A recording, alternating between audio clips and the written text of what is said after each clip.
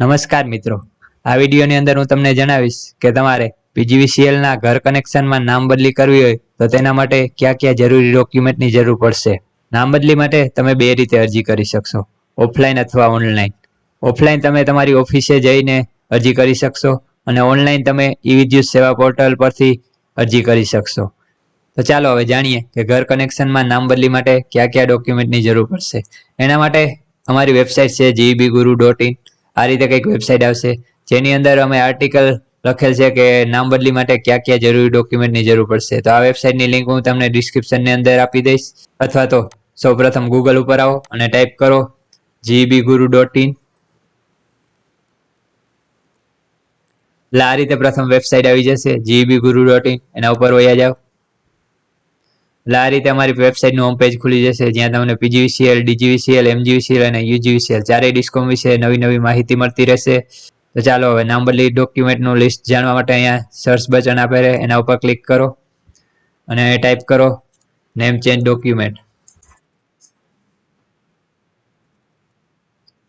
Search ઉપર click કરો તો આ રીતે કંઈક સર્ચ રિઝલ્ટ ખુલી જશે જેની અંદર તમે નીચે સ્ક્રોલ કરો એટલે અહીંયા આપેલા છે પીજીવીસીએલના ઘર કનેક્શનમાં નામ બદલી માટેના જરૂરી ડોક્યુમેન્ટ, એના ઉપર ક્લિક કરીએ એટલે આ રીતે આર્ટિકલ ખુલી જશે પીજીવીસીએલમાં ઘર કનેક્શનમાં નામ બદલી માટેના જરૂરી ડોક્યુમેન્ટ। તો આ આર્ટિકલની લિંક હું તમને ડિસ્ક્રિપ્શનની અંદર આપી દઈશ, ત્યાં જઈને તમે લિસ્ટ જોઈ શકશો। તો ચાલો હવે જાણીએ કયા કયા ડોક્યુમેન્ટની જરૂર પડશે। સૌપ્રથમ જાણીએ કે મકાન વેચાતું લીધું હોય તો કયા કયા ડોક્યુમેન્ટની જરૂર પડશે। સૌપ્રથમ જો તમે ઓફલાઈન અરજી કરતા હોય તો A1 ફોર્મ, જેમાં અરજદારનો ફોટો અને સહીની જરૂર પડશે। છેલ્લા લાઇટ બિલની કોપી, એટલે કે છેલ્લું લાઇટ બિલ હોય તેની કોપીની જરૂર પડશે। અને ત્રીજું છે જગ્યાની માલિકીનો પુરાવો, એટલે કે જગ્યા તમારા નામે છે તેના માટેનો કોઈ પણ એક પુરાવો જોશે, જેમ કે રજિસ્ટર્ડ દસ્તાવેજ છે, જો વેચાતું મકાન લીધેલ હોય તો દસ્તાવેજ કરેલ હશે તેની કોપી જોશે। અનુક્રમણિકા નકલ એટલે કે ઇન્ડેક્સ આકારણી પત્રની કોપી ચાલશે। વેરાપહોંચ, છેલ્લી નવી વેરાપહોંચ હશે તો તે પણ ચાલશે।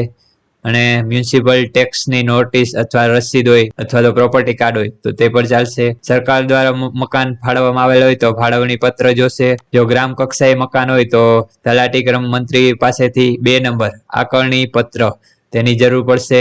આ રીતે કોઈ પણ એક આમાંથી માલિકીનો પુરાવો દર્શાવતું એક ડોક્યુમેન્ટની જરૂર પડશે। અને ચોથું છે જૂના ગ્રાહકની 300ના સ્ટેમ્પ પેપર ઉપર સંમતિ, એટલે કે જેની પાસેથી તમે મકાન વેચાતું લીધું હોય તેના નામે મીટર હોય તો તેની 300ના સ્ટેમ્પ પેપર ઉપર સંમતિ જોશે। અને પછી છે મકાન એક કરતા વધુ ખાતેદારના નામે હોય તો જેના નામે કરવાનું છે તેના સિવાય જેટલા નામ હોય તેની પણ 300ના સ્ટેમ્પ પેપર ઉપર સંમતિ જોશે।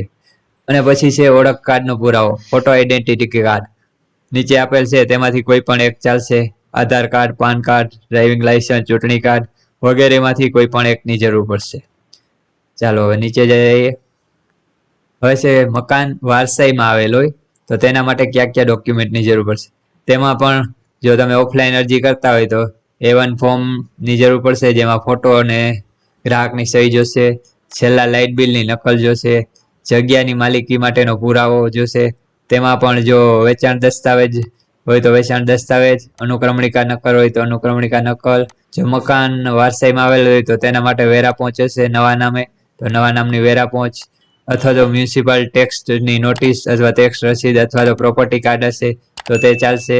ફાળવણી પત્ર અથવા તો ગ્રામ કક્ષાએ મકાન હોય તો તલાટી ક્રમ મંત્રી પાસેથી 2 નંબર એટલે કે આકારણી પત્રની જરૂર પડશે।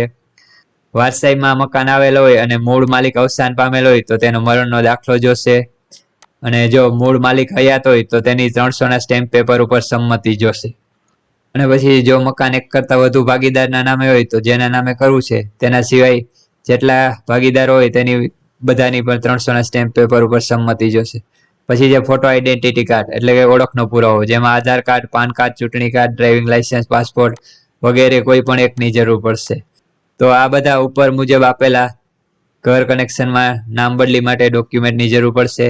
તો આ આર્ટિકલની લિંક હું તમને ડિસ્ક્રિપ્શનની અંદર આપી દઈશ, ત્યાં જઈને તમે આ લિસ્ટ જોઈ શકશો। જો તમારે જાણવું હોય કે નામ બદલી માટે ઓનલાઈન અરજી કઈ રીતે કરવી જીઓનલ પોર્ટલ દ્વારા, તો એના વિશે આપણે વિડીયો બનાવીશું થોડા સમયમાં, તો અમારી ચેનલને સબસ્ક્રાઈબ કરી લેજો। જો આ વિડીયો તમને પસંદ આવ્યો હોય તો વિડીયોને લાઇક કરો, શેર કરો બીજા બધા સાથે, અને આવા જ નવા જીબી રિલેટેડ વિડીયો જાણવા માટે અમારી ચેનલ જીબી ગુરુને સબસ્ક્રાઈબ કરો।